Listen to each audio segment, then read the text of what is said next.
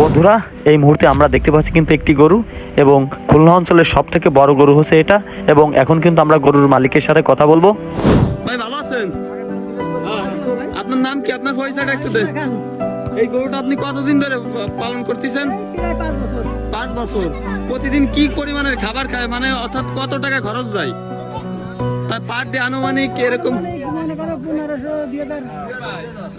5 বছর ধরে লালন পালন করতেছেন না এই গরুটা?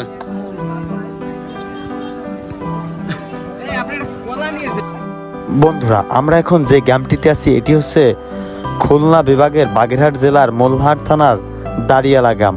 এবং আপনারা এখন যে গরুটি দেখছেন এই গরুটি হচ্ছে খুলনা বিভাগের সব থেকে বড় গরু, এবং এর ওজন আছে প্রায় 40 মণ। আমরা আছি দাঁড়িয়ালা হাই স্কুল মাঠে, এবং এই জায়গাটি হচ্ছে বাগেরহাট জেলার মোল্লাহাট থানার দাঁড়িয়ালা গ্রাম।